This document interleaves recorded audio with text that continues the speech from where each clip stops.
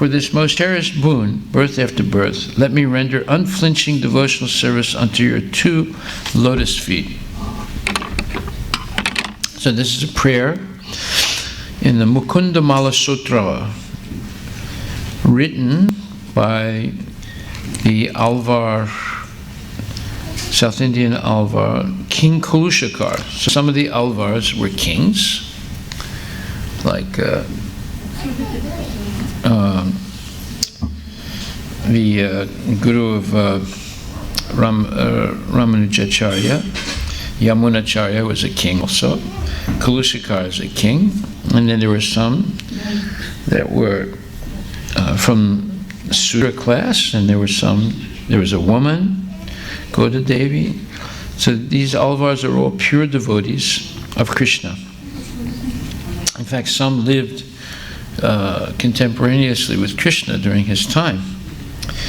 And in the purport, Srila Prabhupada writes in his translation and commentary on the Mukunda Mala Sutra, human beings advance toward God consciousness when they go beyond the gross materialistic life of eating, sleeping, fearing, and mating,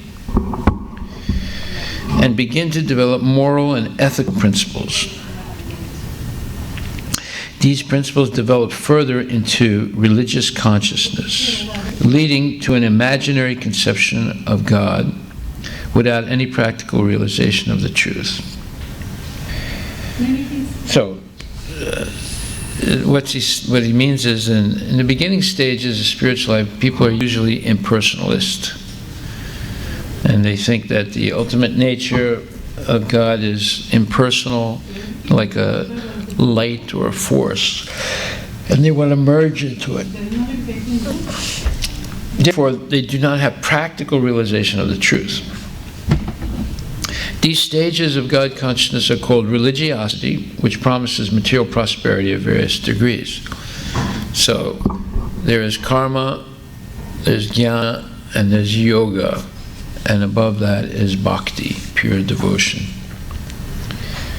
And as Krishna told Arjuna, of all the yogis, yoginam apisarve sammadgatanantaratmana shadavam bhajate mam samyutatamo matak. And of all yogis, Arjuna, he who always abides in me, always thinking of me and serving me, is the best of all.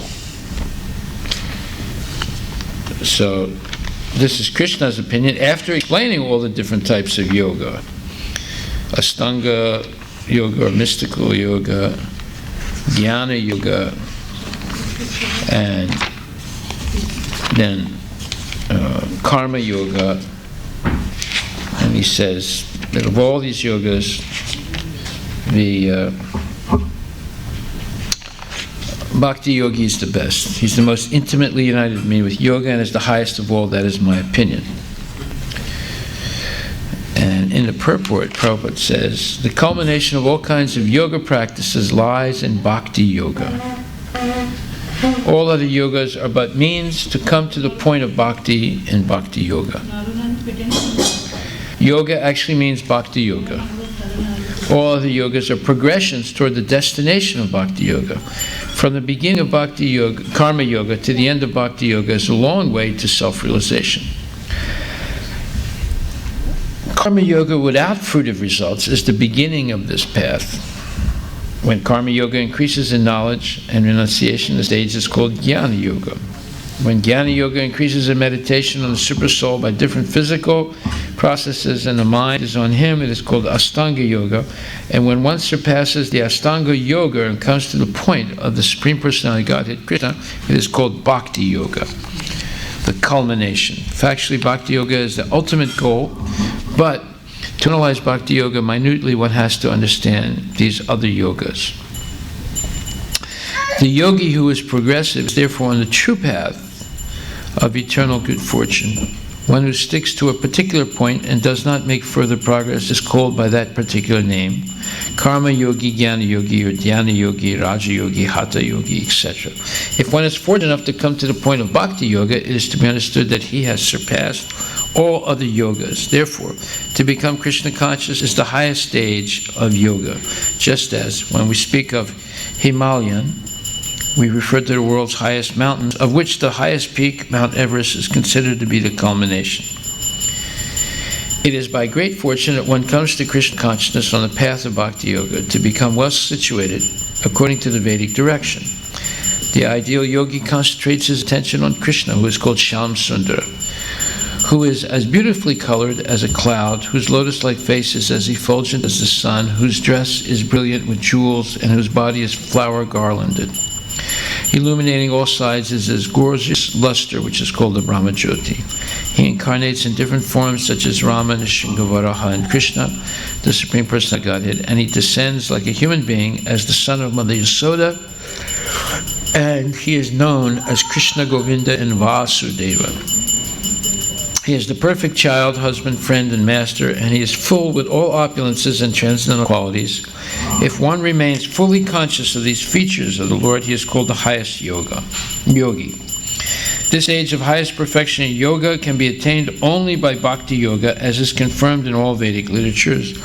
Yasya Devi Parabhaktir Yata Devi Tata Guru Tasyaite Katita Hiyartak Prakasante Mahatmanaha. Only unto those great souls who have implicit faith in both the Lord and the spiritual master are all the imports of Vedic knowledge automatically revealed. Srutasvataro Upanishad 623. Bhaktir asya bhajanam tad iha mutro padi nairas yena asmusnim mana kalpanam itad eva naiskarmyam. Bhakti means devotional service to the Lord, which is free from the desire for material profit, either in this life or in the next. Devoid of such inclinations, one should fully absorb the mind in the Supreme. That is the purpose of Naiskarmya. Gopala Upanishad 1:15. These are some of the means for performance of bhakti or Krishna consciousness, the highest perfectional stage of yoga system. So here we see the perfect concordance between Kushkar Maharaj and in his Mukundamala Sutra and Krishna. The people who develop this conception of religiosity perform sacrifices, give in charity, and undergo different types of austerity and penance, all with a view toward being rewarded with material prosperity. The ultimate goal of such so-called religious people is sense gratification of various kinds. For sense gratification, material prosperity is necessary, and therefore they perform religious rituals with a view toward the resultant material name, fame, and gain. But genuine religion is different. In Sanskrit, such genuine religion is called dharma, which means the essential quality of the living being. The Shastras say that this essential quality is to render eternal service, and the proper object of this service is the Supreme Truth, Lord Krishna, the Absolute Personality of Godhead. This eternal transcendental service of the Lord is misdirected under material conditions and takes the shape of 1. The aforementioned religiosity, 2. Economic development, 3. Sense gratification, 4. Salvation, or the attempt to negate all material variegatedness out of frustration. So this is Dharma, Artha, Kama, Moksha. And moksha is impersonal liberation, not pure Krishna consciousness. That's why Krishna tells Arjuna, Traigunya Vishaya Veda, Nistraigunya Bhavarjana, Te Dvandva Mohanir Muktam, Bhajantimam Dritarutam. So he says in the 2nd chapter,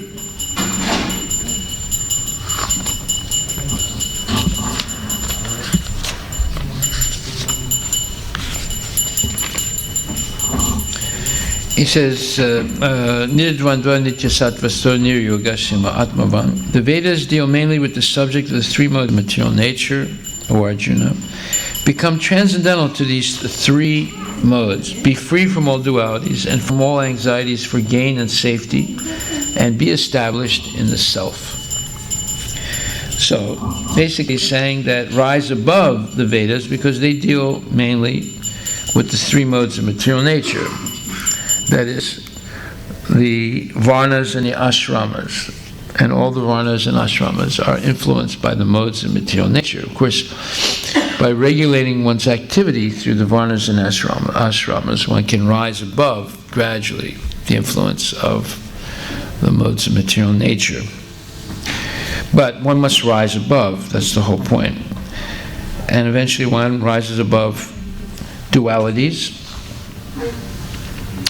and free from the idea of gain and safety, and established in the self.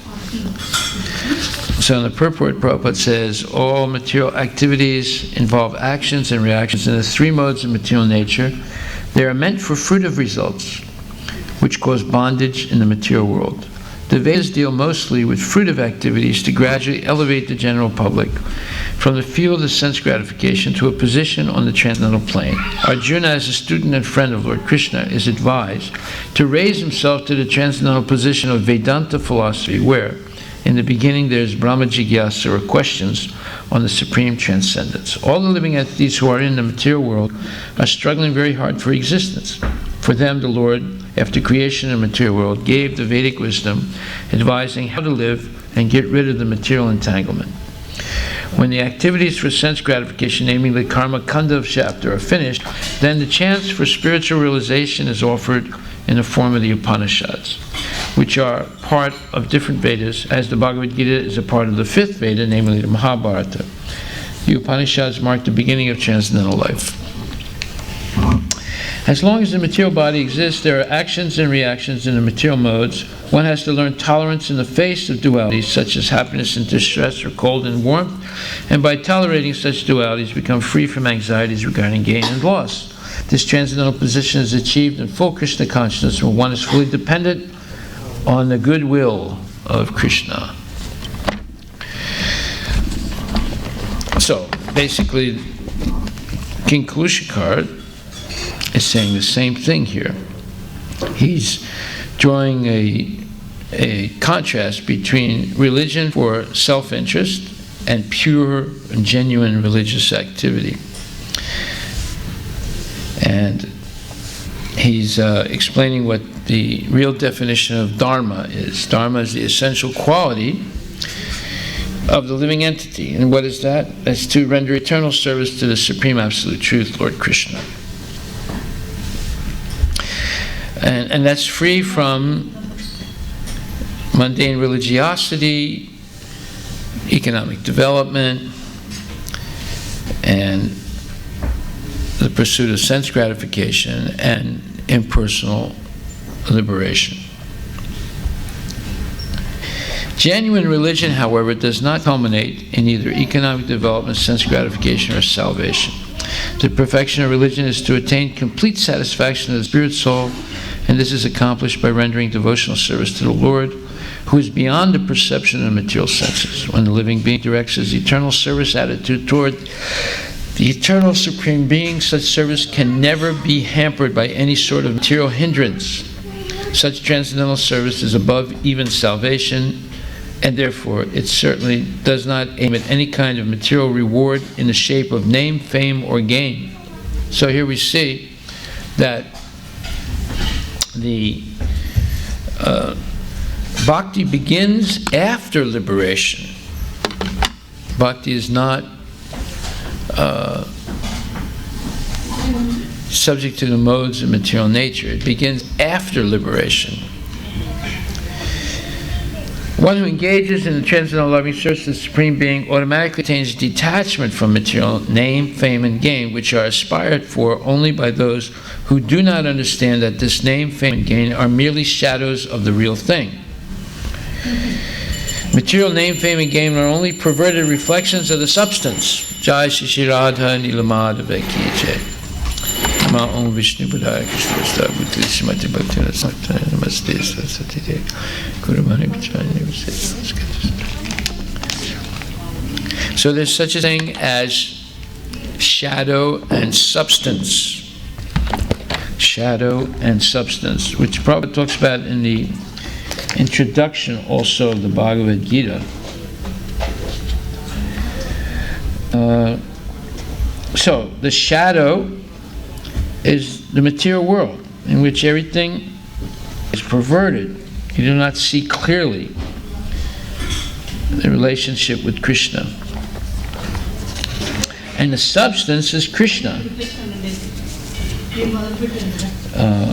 who is transcendental to the mode of material nature. And in order to serve Krishna properly, one must also become free of the influence of the modes of material nature. In other words, one exits the shadow and comes to the substance.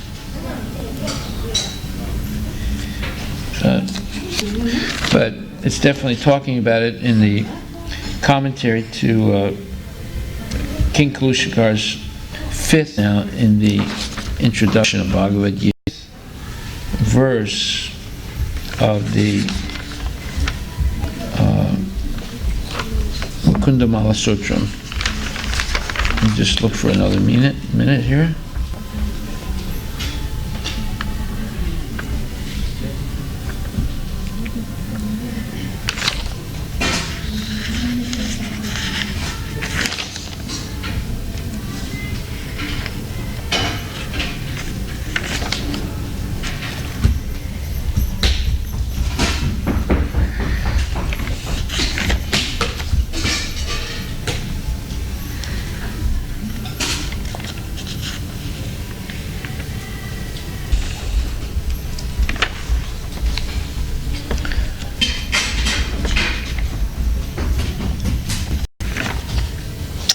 Okay, anyway, Prabhupada also explains what is Dharma.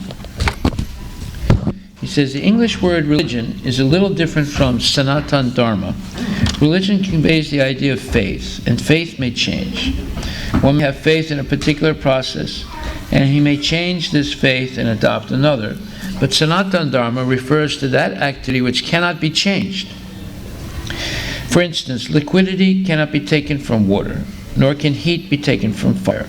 Similarly, the eternal function of the eternal living entity cannot be taken from the living entity. Sanatan Dharma is eternally integral with the living entity. When we speak of Sanatan Dharma, therefore we must take it for granted, on the authority of Shripad Ramanujacharya, that it has neither beginning nor end. That which has neither end nor beginning must not be sectarian, for it cannot be limited by any boundaries. Those belonging to some sectarian faith will wrongly consider that Sanatan Dharma is also sectarian. But if we go deeply into the matter and consider it in the light of modern science, it is possible for us to see that Sanatan Dharma is the business of all the people of the world, nay, of all the living entities of the universe. Non-Sanatana religious faith may have some beginning in the annals of human history, but there is no beginning to the history of Sanatana Dharma because it remains eternally with the living entities. Insofar as the living entities are concerned, the authoritative Shastras state that the living entity has neither birth nor death. In the Gita it is stated that the living entity is never born and never dies. He is eternal and indestructible, and he continues to live after the destruction of his temporary body. Material body. In reference to the concept of Sanatana Dharma, we must try to understand the concept of religion from the Sanskrit root meaning of the word Dharma. Dharma refers to that which is constantly existing with a particular object. We conclude that there is heat and light along with fire. Without heat and light, there is no meaning to the word fire. Similarly, we must discover the essential part of the living being, that part which is his constant companion. That constant companion is his eternal quality, and that eternal quality is his eternal religion, or Sanatana Dharma. When Sanatana Goswami asked Sri Chaitanya Mahaprabhu about the Swarupa of every living being, the Lord replied that the Swarupa, or constitutional position of a living being, is the rendering of service to the Supreme Personality of Godhead. If we analyze this statement of Lord Chaitanya's, we can easily see that every living being is constantly engaged in rendering service to another living being. Living being serves other living beings in various capacities. By doing so, the living entity enjoys life. The lower animals serve human beings as servants serve their master. A serves B, master. B serves C, master, and C serves D, master, and so on. Under these circumstances, we can see that one friend serves another friend, the mother serves the son, the wife serves the husband serves the wife, and so on. If we go on searching in the spirit, it will be seen that there is no exception in the society of living beings to the activity of service. The politician presents his manifesto for the public to convince them of his capacity for service. The voters therefore give the politician their valuable votes, thinking that he will render valuable service to society. The shopkeeper serves the customer, and the artisan serves the capitalist. The capitalist serves the family, and the family serves the state in the terms of the eternal capacity of the eternal living entity. In this way, we can see that no living being is exempt from rendering service to other living beings, and therefore we can safely conclude that service is the constant companion of the living being, and that the rendering of service is the eternal religion of the living being. Yet man professes to belong to a particular type of faith with reference to a particular time and circumstance, and thus claims to be a Hindu, Muslim, Christian, Buddhist, or an adherent of any other sect. Such designations are not Sanatana Dharma. A Hindu may change his faith to become a Muslim, or a Muslim may change his faith to become a Hindu, or a Christian may change his faith, and so on. But in all circumstances, the change of religious faith does not affect the eternal occupation of rendering service to others. The Hindu, Muslim, or Christian, in all circumstances, is servant of someone. Thus, to profess a particular type of faith is not to profess one's Sanatana Dharma. The rendering of service is Sanatana Dharma. Factually, we are related to the Supreme Lord in service. The Supreme Lord is the supreme enjoyer, and we living entities are his servitors. We are created for his enjoyment, and if we participate in that eternal enjoyment with the Supreme Personality of Godhead, we become happy. We cannot become happy otherwise. It is not possible to be happy independently, just as no one part of the body can be happy without cooperating with the stomach. It is not possible for the living entity to be happy without rendering transcendental loving service unto the Supreme Lord. So here's a brilliant expose by Prabhupada of what is actually Sanatana Dharma. And we should pay careful attention to this if we want to know what Krishna consciousness is actually all about. Without understanding this explanation of Sanatana Dharma, we never really begin our life in Krishna consciousness. We remain a sectarian. The difference between a sectarian and a devotee is, the devotee knows his Swarupa, Chivera Swarupaya Nityera Krishna Das. I'm the eternal servant of Krishna. That's his real identity. And a sectarian says, no, I'm American, or I'm Latino, or I'm North Indian, or I'm South Indian, and my religion is this, and my language is this, and my food is this, and my clothing is this, and so forth. So the sectarian is full of upadis. Sarvupadi vinir muktam tatparat vena nirmalam. Hrishikesha sevanam bhaktir uttama. Upadis are false designations, and a sectarian is full of these false designations. And it's almost impossible for the sectarian to become free of them. But the devotee, before becoming, or on the path to becoming a devotee, must become free of all these sectarian views or beliefs. Let's see, Sarva Upadi Vinirmuktam.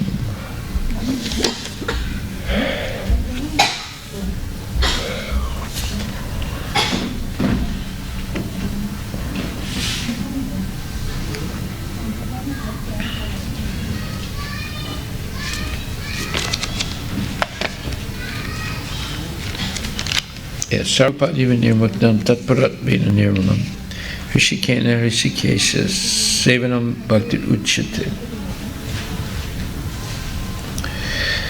So this says, Bhakti, or devotional service, means engaging all our senses in the service of the Lord, the Supreme Personality of Godhead, the master of all the senses. When the spirit soul renders service unto the Supreme, there are two side effects. One, he's freed from all material designations, and simply by being employed in the service of the Lord, one's senses are purified. So this is the essential qualities that one will manifest when they're actually engaged in devotional service to the Lord. They become free of all material designations, and their senses become purified. Therefore, they become eligible to see Krishna, be able to talk to the Lord.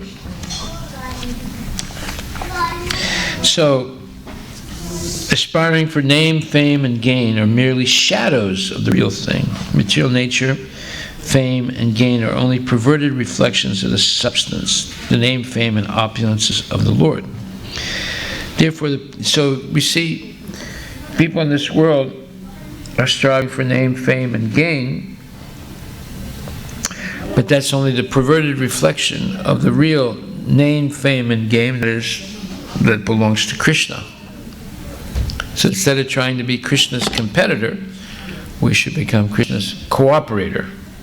Instead of being Krishna's rival, we should be Krishna's devotee.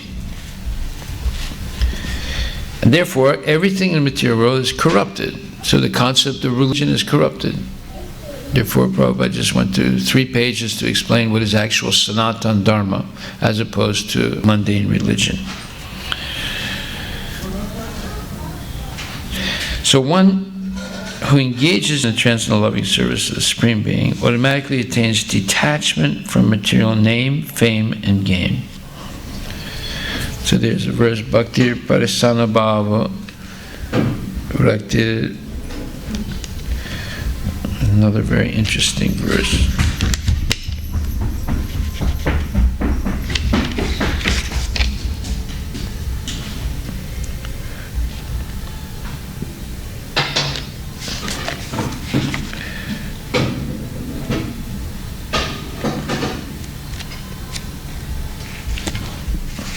This verse says, Bhakti Sanabhava Bhaktir Anyatra Chaisa Trika Ekakala Prapad Yamanasya Yatas Natasyus Tusti Pusti Shud Apaya Nugasam. Devotion, direct experience of the Supreme Lord, and detachment from other things. These 3 occur simultaneously for one who has taken shelter of the Supreme Personality of Godhead. In the same way as pleasure, nourishment, and relief from hunger come simultaneously and increasingly with each bite for a person engaged in eating. So this is a very important verse.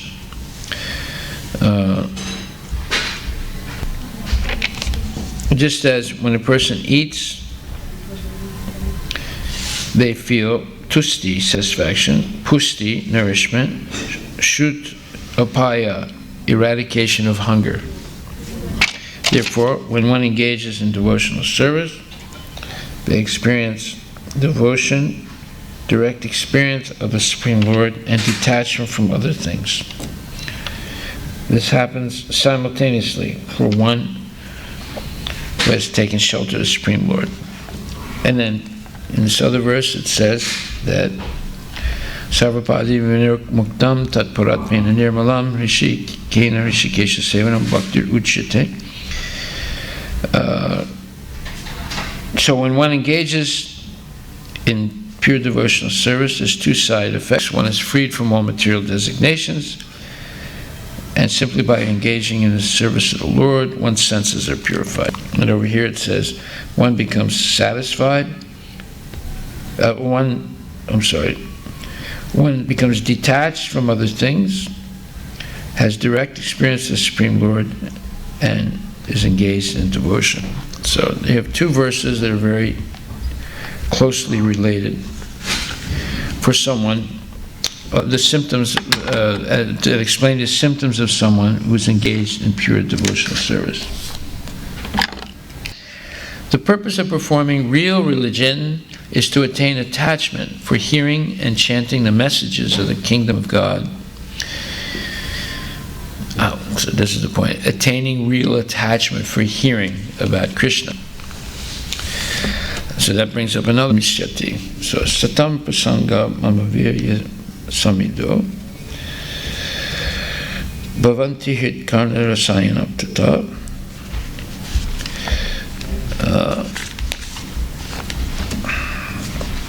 Tajoshanad asva pavarga vartamani. Shraddha bhakti ratir anukramisyati. Very nice verse.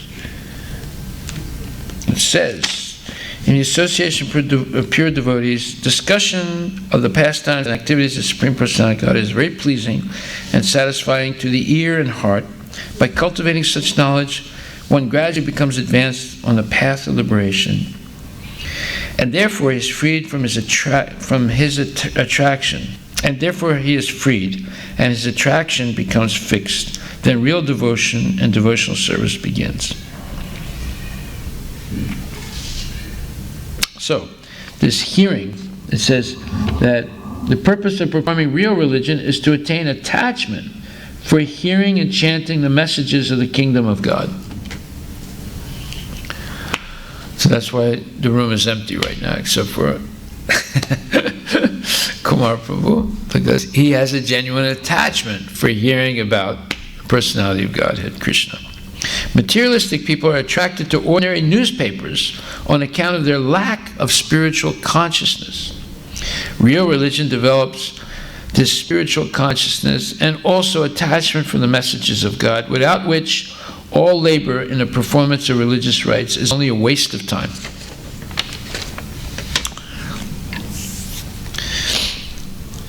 So, spiritual consciousness is equated with attachment for the messages of God, without which all labor in the performance of religious activity is only a waste of time. Shramaheva hi kevalam. Dharmasya hi apavargasya nartaritayo pakalpate. Dharmasya kantakasya cha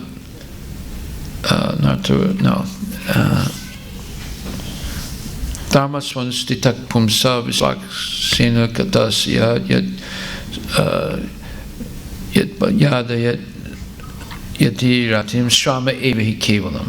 So, someone who engages in devotional service or in dharmic activity, but does not develop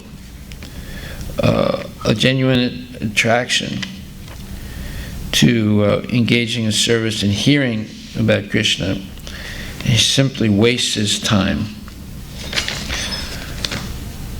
Dharma samastitak pumsa visvaksena katasya yat pada yat let's see. Dharmasya Hyapavargas 35.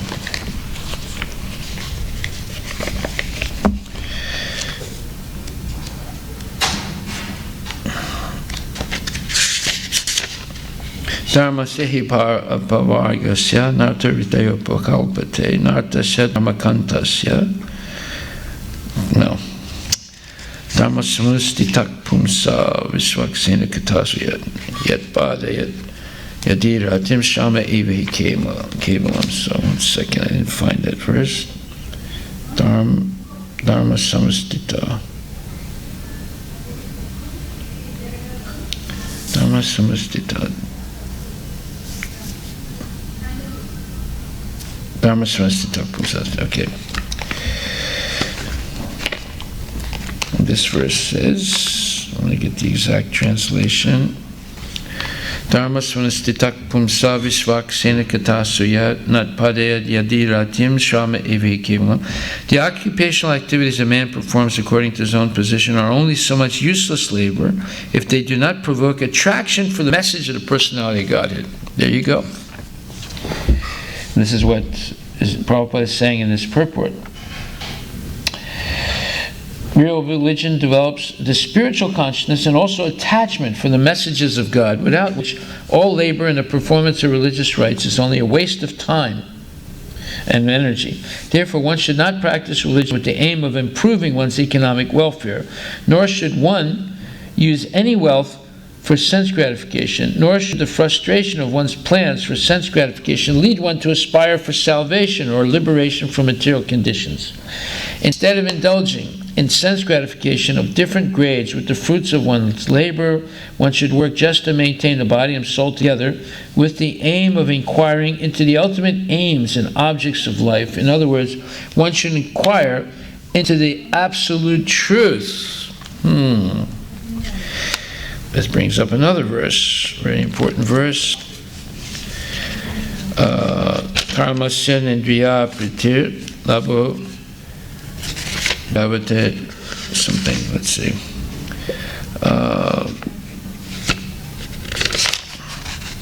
Karmasya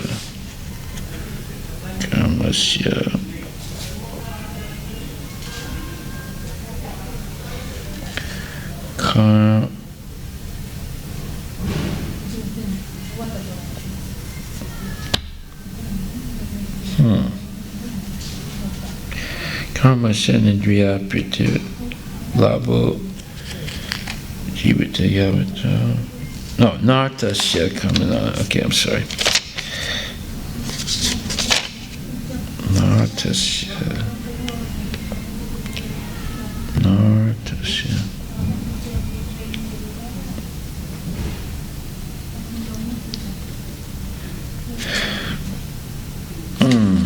Okay, let's see if that's there.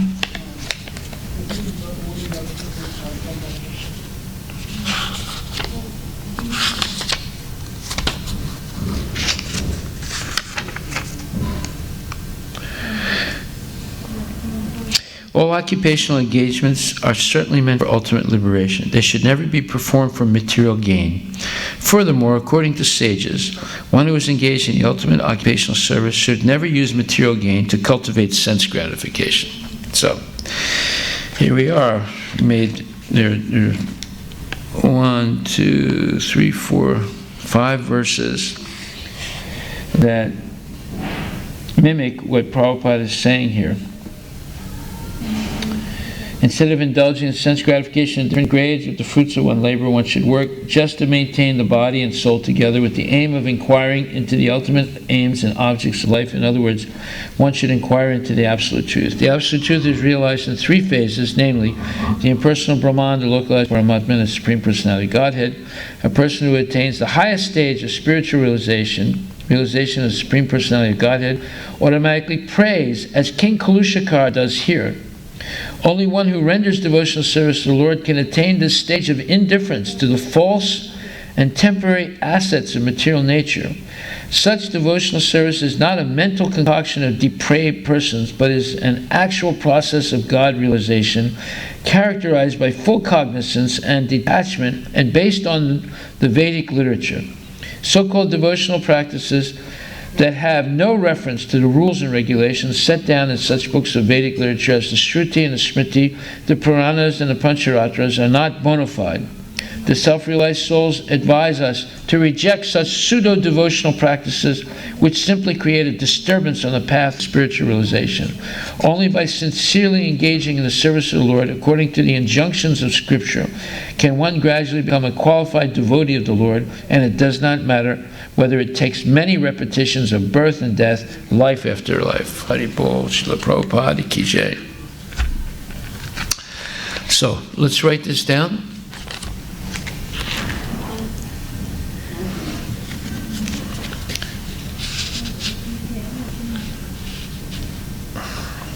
Because I have my fingers in this book, so I can't write it down. So one is,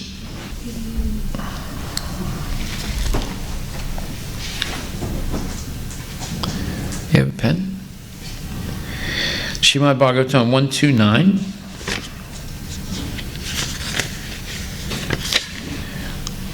Srimad Bhagavatam 3:25-25.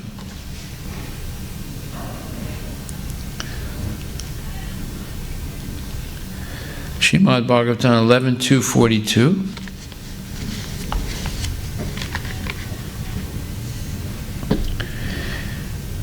And Narada Pancharatra, doesn't say which verse. Sarvapadi Vinirmuktam.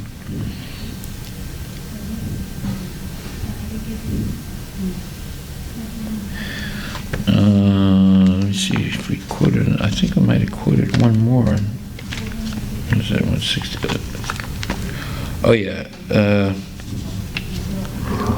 And Srimad Bhagavatam 128.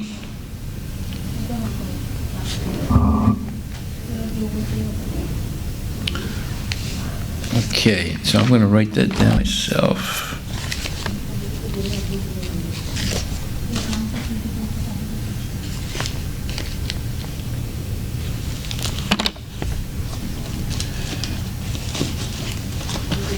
It's a good sequence of verses, very important verses. So, you tell me what they are? Srimad Bhagavatam 129. 129, and Srimad Bhagavatam 128, and then Srimad Bhagavatam 3:25-45. Yeah. Srimad Bhagavatam 11-42. Okay. Narada Pancharatra Sarvapadi Viniru.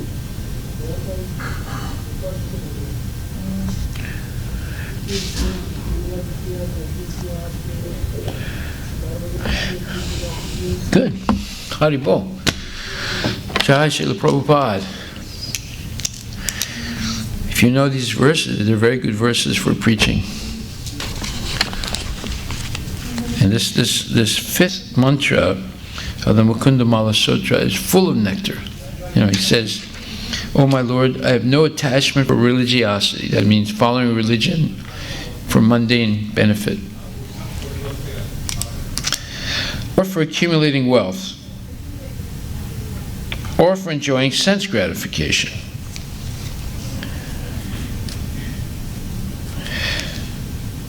Let these come as they inevitably must, in accordance with my past deeds. In other words, everyone has previous karma, and they're going to get the good and bad results in this lifetime. So he's not trying to adjust his karma in any way. He's accepting it.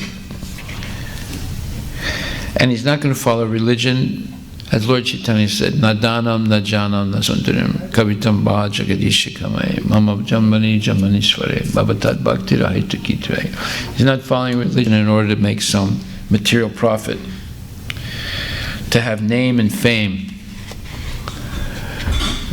And here he's talking about name, fame, and gain, right? So it's dhanam, janam, sundaram, right? Name and fame, and he's not trying to get any sense gratification, and he doesn't want liberation. What does he want? Let these come as they inevitably must, in accordance with my past deeds. But I do pray for this most cherished boon, or benediction, birth after birth. So there he's saying he doesn't want liberation. Let me render unflinching devotional service unto your two lotus feet. So Kulishakar Maharaj is an Alvar, right? He came before Lord Chaitanya. Let's see when did he come? But he's saying the same thing as Lord Chaitanya. Let's see what does it say?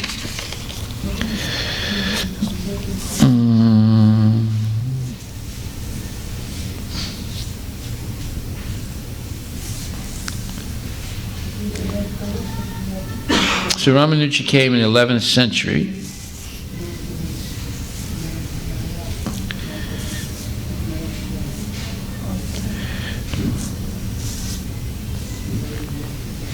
So Kulishakar came before that. But even Ramanuja came before Lord Chaitanya. So, and Yamunacharya came before Lord Chaitanya. So you see how these are pure Vaishnavas.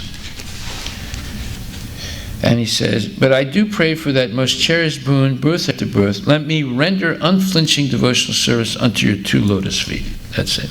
So, and then Prabhupada goes through great length to explain what is Sanatan Dharma. Dharma of every living entity is service. Everybody's serving somebody. But the Sanatan Dharma is serving Krishna. So that service is what sustains us. But when you serve mundane people, it only sustains you for a short period of time. You serve Krishna, it sustains you eternally. So Sanatan Dharma. Sanatan means eternal. Dharma, the root of the word Dharma is dir. Dir means that quality that you cannot take away from something. Like you cannot take heat away from the fire. You cannot take liquidity away from the water. And in the same way, you cannot take service away from the living entity. That is what every living entity does. They're serving something or someone. So the microbes, they're serving nature and humanity by breaking down complex substances into simple substances. So whenever, they have certain microbial substances that you use to digest oil spills. In fact, there's one product that you use when you ever have oil that filters into, that settles into concrete and stains it. There's a microbial substance you put on it, and after 1 week it's not there anymore. The microbes go into the concrete and digest the oil, and it's not there anymore. Same way, there's different microbial products that they use when there are oil spills, like in the ocean or on a beach. So the microbes are going and digest it. Oil. That's it. So the microbes are also serving. See? And then there are different microbes they can use to run computers now. Is that right? Yeah. So you see, everyone and everything is serving in the universe, from demigods down to human beings, down to the microbe. So you can't take service away from the living entity. Hare Krishna. So we'll stop right there. This was interesting because we quoted a lot of Sanskrit verses that, you see, Prabhupada's purports are all authoritative because they're all based on bona fide Sanskrit verses from the Shastra. There's no speculation at all. Hare Krishna.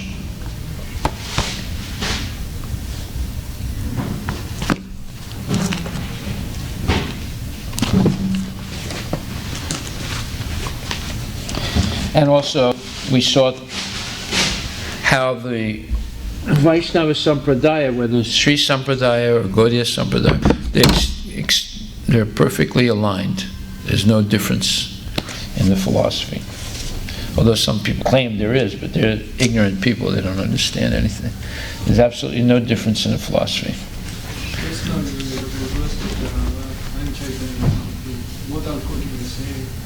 Yeah.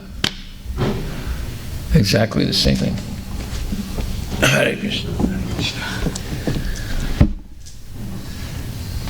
Gurudev. Acharya. Came just in time. I finished the class. Oh! I was doing Siddharshan with the group tonight. Okay.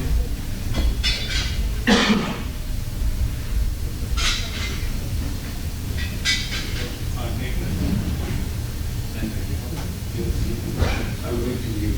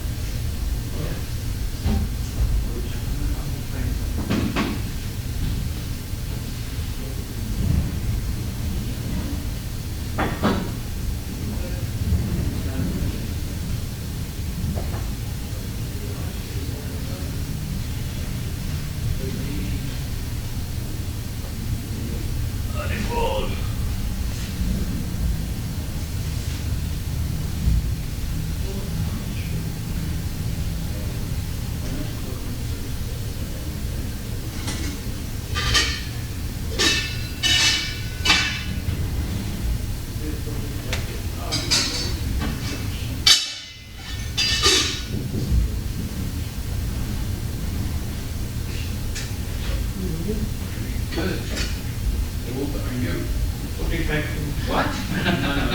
You're getting too old.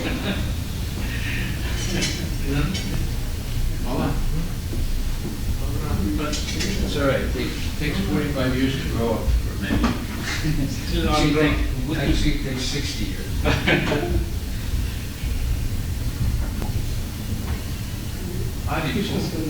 Very nice.